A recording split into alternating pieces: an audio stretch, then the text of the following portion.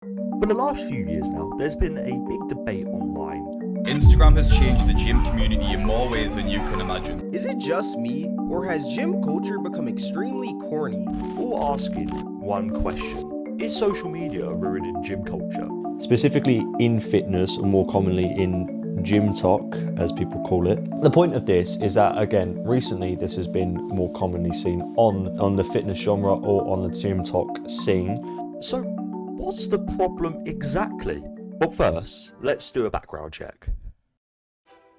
From the 1950s to 2000s, gym culture evolved from a niche bodybuilding club into a global fitness phenomenon. In the 1950s and 60s, legends like Steve Rees and Jack LaLanne, I think that's how you say his name, I might be wrong, popularized physical culture and home fitness, encouraging people to exercise with simple equipment. Gyms were mostly hardcore, male-dominated spaces filled with iron and grit, far from the commercial gym centers we see today. In the 1960s, bodybuilding started to organise with more competitions and open its iconic gyms, like Vince's Gym and Gold's Gym in Venice Beach, California. The idea of culturing one's body became more of an artistic and aspirational. This laid the groundwork for what became the golden era of the bodybuilding in the 70s. During that time, names like Arnold Schwarzenegger, Franco Colabingu defined an era. The 1977 documentary Pumping Iron made bodybuilding mainstream, blending muscle, charisma, and Hollywood-style storytelling. Gym culture exploded. Bodybuilding wasn't just about size, but about aesthetics, discipline, and lifestyle. By the 1980s, that's when fitness really started to hit mainstream. Aerobatics took over living rooms thanks to Jane Fonda and Richard Simmons, and gyms became social hubs, mixing strength training with cardio mirrors and neon spandex. Yeah, this was a weird time. Shush. Meanwhile, bodybuilding grew even bigger, both literally and competitively. Icons like Lee Haney dominated Mr. Olympia, bringing a new era of mass and symmetry. Gym chains began to spread nationwide, making exercise more accessible. In the 1990s, gym culture split into two paths, the commercial fitness and the hardcore bodybuilding grounds. Dorian Yates ushered in a mass monster era in bodybuilding, known for his same conditioning and intensity, while mainstream gyms added a personal training, smoothie bars, and spin classes. And then obviously the early 2000s, bodybuilding rivalries like Ronnie Coleman versus Jay Cutler, symbolizing the peak of extreme physical competition, freakish size versus refined balance. Gym culture by then had become global, from hardcore lifting communities to lifestyle fitness influencers who had just started to emerge online. This is where we come to an era we're more familiar with now, the area of influencers or content creators, however you want to call it. As the 2000s rolled into the 2010s, the internet completely reshaped gym culture. The rise of YouTube, Facebook, and later Instagram turned fitness from something confined to gyms and magazines into a global shareable lifestyle. Suddenly, workouts, diets, and transformations weren't just personal journeys, they were contents. Early YouTube creators like Scooby1961, CT Fletcher built massive followings by bringing training, knowledge, motivation, and raw gym energy straight to people's screens. What once required a magazine subscription or a VHS tape was now instantly available worldwide.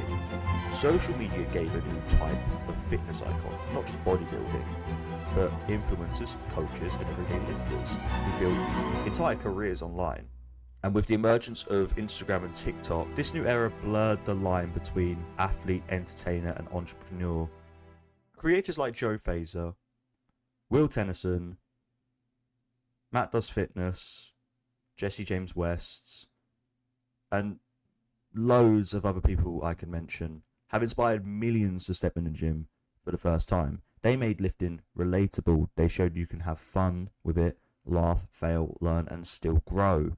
They made the gym cool to younger audiences and making a lot of younger people go into the gym. People started training because of the content they watched. People wanted to improve. Like anything online, when something gets popular, it also gets distorted. People screaming mid-set, throwing weights or filming every single rep like they're auditioning for a superhero movie. Or you have the other side that is outright being disrespectful to other people getting on with their days. People giving false information online or just lying straight up on the internet because they have a following and they can. Or people just simply overcomplicating things on the internet. Yes, you heard that right. That people genuinely do this online. And it's a lot as well. It's not just like one creator doing it. There are multiple creators. But this is what I mean when I say the negative side of the social media. It's people, you know, being controversial for likes. It started to make me wonder, the gym used to be a lot simpler. Now, I've only been working out for 2 years consistently. I think I've made some pretty solid progress in the last 2 years. I don't know, you interpret that for me. It's very overcomplicated now. When you search up on social media, you put in the thing of how to train chest in the gym, you come up with 5 different videos and they all say 5 completely different workouts. So which one do you try? Which one works? You're thinking this one doesn't work, or maybe that one works, and you keep switching it up every week. 2 videos that really brought to my head on the... Now, I don't want to give anyone who does this stuff clout this video, so I'm only going to show a few examples. The first video is by Callum Joyce, who goes into very good detail exactly what I mean by earlier when I stated about how people overcomplicate gym training and really confuse new and young impressionable audiences. Social media has ruined the gym. It can't just be me that thinks everyone's overcomplicating this whole gym thing. It's like, oh, I want to get bigger, I'm going to start taking gear, oh, I want to lose weight, I'm going to start taking Ozempic. What the fuck happened? Like, bruv, you eat 2 meals a day, don't drink any water, and you sleep like shit. That's why you're not gaining any size. Gear has been glorified way too much on social media over the past 5 years. In my humble opinion, there's too many personal trainers online trying to sell their shit courses and confusing everybody. But then I'm seeing all this stuff online about do this, do that, eat this, don't eat that. Like, I'm scared to drink fucking tap water because apparently it's meant to be bad for you these days.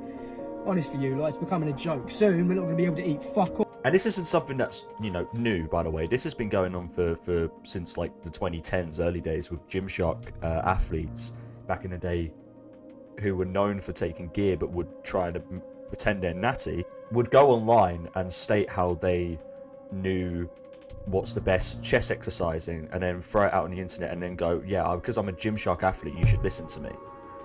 It's no one strange to this online, but more recently online it's been more common.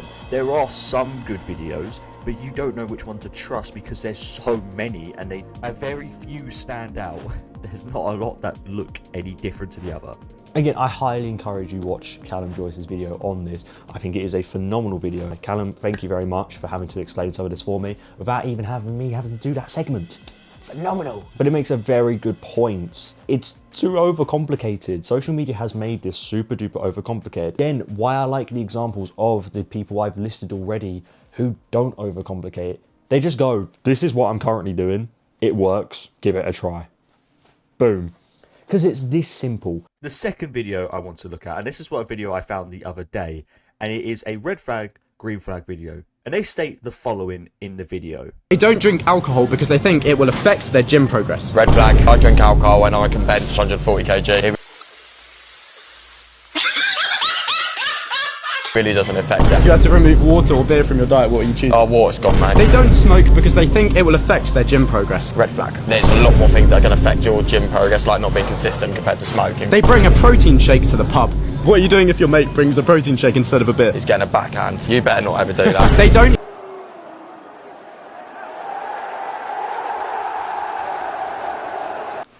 Okay.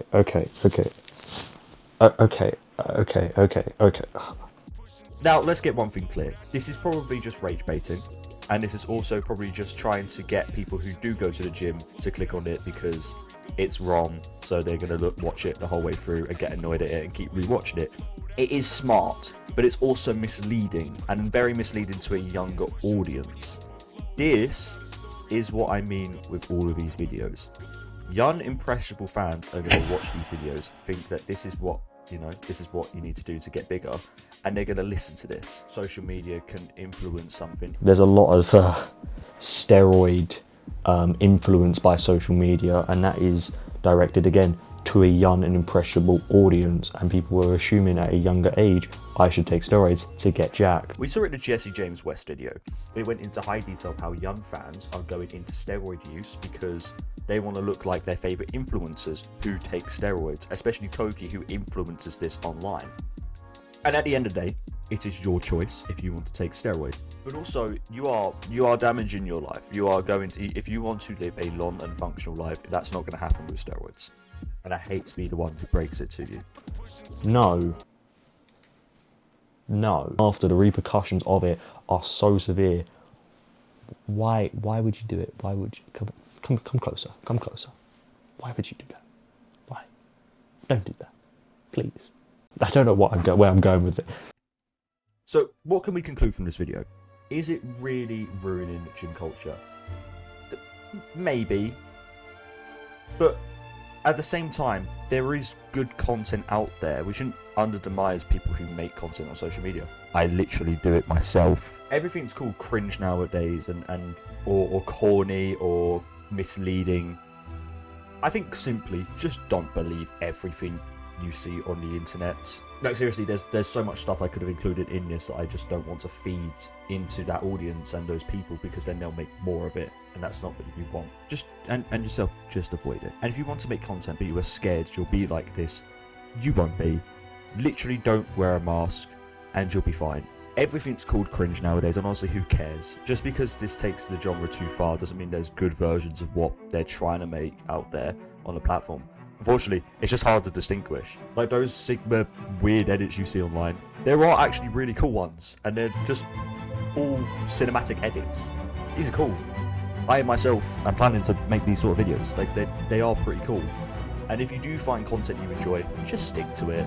You don't need to worry about this stuff. Don't waste your time bothering with these videos. If you do, have a laugh of it, because you know it doesn't have to all be negative. You can laugh at these videos. I spent hours with my mate just laughing about this green flag, red flag video.